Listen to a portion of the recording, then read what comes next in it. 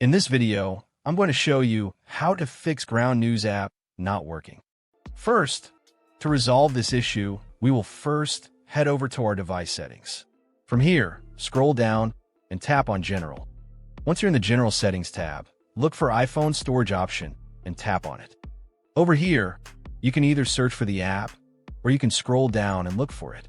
Then tap on the app. On the next screen, you need to tap on the Offload app option. A confirmation pop-up will come up. Now tap on the Offload app option here.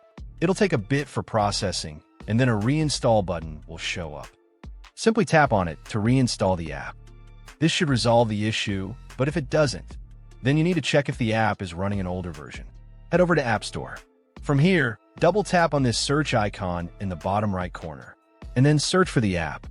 Once the app comes up in the search result, and if you see this update button right next to the app, simply tap on it to make sure you're running the latest version of the app.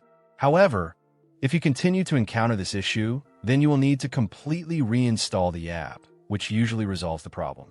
Head over to this screen the way we did before. And over here, tap on the Delete App option here to uninstall the app from your device. A confirmation pop-up will come up. Now tap on the Delete option here.